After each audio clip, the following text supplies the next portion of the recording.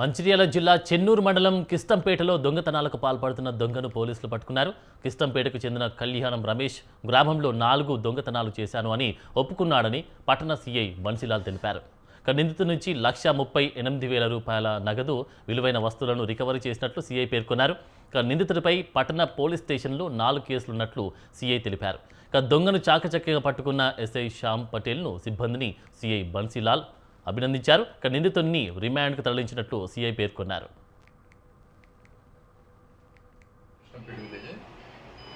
ఇతని ఏజ్ 19 సంవత్సరాలు. దాన్ని పట్టుకొని విచారిస్తే ఇతను ఈ ఏదైతే జగన్నాథ్ నాగూర్ కృష్ణంపేట అతను వాళ్ళ ఇంట్లో దొంగతనంతో పాటు ఇంకో 3 దొంగతనాలు కూడా ఇతను కన్ఫెస్ చేయడం జరిగింది.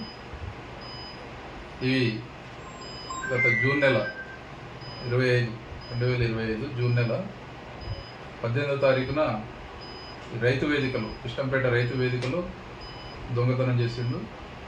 అది క్రైమ్ నెంబర్ 159/2025 కేసు నమోదైంది.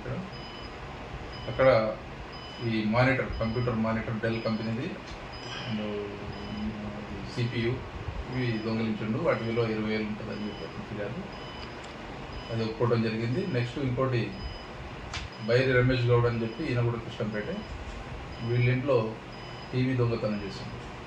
దాని విలువ 20,000 రూపాయలు. అప్పుడు క్రైమ్ నెంబర్ 284